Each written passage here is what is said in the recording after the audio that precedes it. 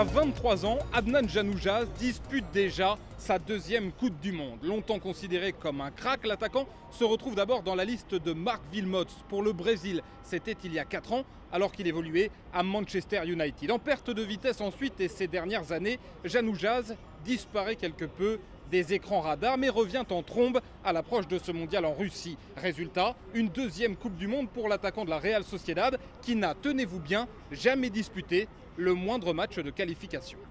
Plus jeune, Adnan Januzaj est un garçon aussi capricieux que talentueux. Alors qu'il peut prétendre à jouer pour 7 sélections différentes du fait de ses origines, il se fait finalement désirer. Principale sélection à lui faire les yeux doux à l'époque, la Belgique et l'Albanie, dont il refuse les convocations durant plusieurs années. Il affirme vouloir se consacrer à son évolution en club. Finalement, le jeune homme opte à 19 ans pour les Diables Rouges, alors qu'il se révèle sous les couleurs de Manchester United et sous les ordres de David Moyes. Cela intervient peu avant le mondial au Brésil. Le prodige va ensuite décevoir et connaître une traversée du désert avant de revenir à son meilleur niveau.